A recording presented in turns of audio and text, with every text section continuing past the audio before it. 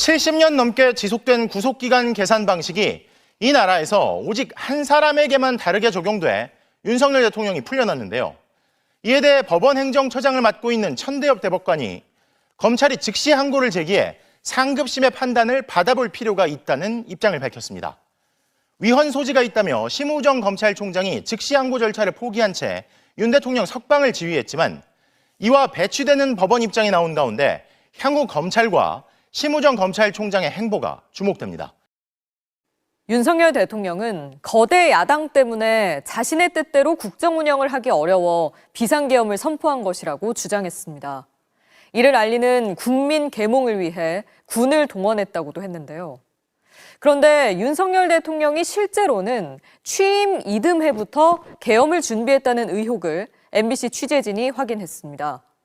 계엄 선포 절차를 규정한 매뉴얼에서 합참의 역할을 빼버리고 국방부 장관과 대통령이 손쉽게 계엄을 선포할 수 있도록 절차를 완전히 바꿔놨던 건데 군은 계엄 선포를 쉽게 할 수 있도록 이렇게 절차를 완전히 바꾼 계엄 실무 매뉴얼을 극비로 관리하라고 지시했습니다. 그리고 바꾸기 전의 매뉴얼은 서둘러 파기하라고도 했습니다. 바뀐 계엄 실무 매뉴얼을 무슨 이유에서인지 꼭꼭 감추려고 했던 건데. 내란 발생 전 윤석열 정부가 민낯을 고스란히 드러낸 건 이태원 참사 때였습니다.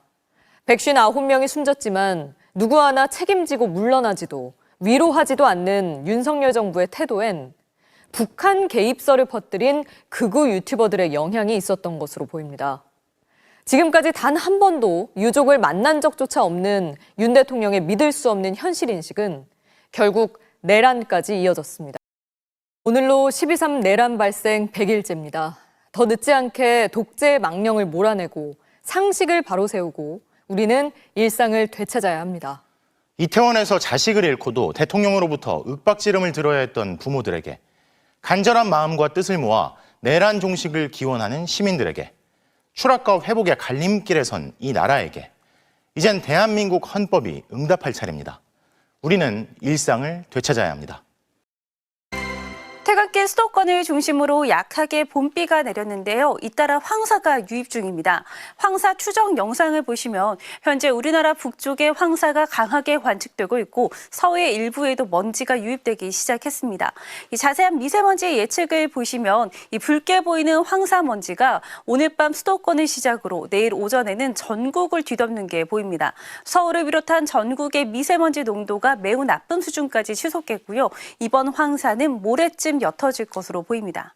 아침 출국의 가시거리도 짧아지겠습니다. 새벽 사이 서해안을 중심으로 200m 미만의 짙은 안개가 끼겠고요. 이 짙은 안개 때문에 곳곳에 이슬비도 내리겠습니다. 조심해서 이동해 주셔야겠습니다. 자세한 지역별 내일 날씨입니다.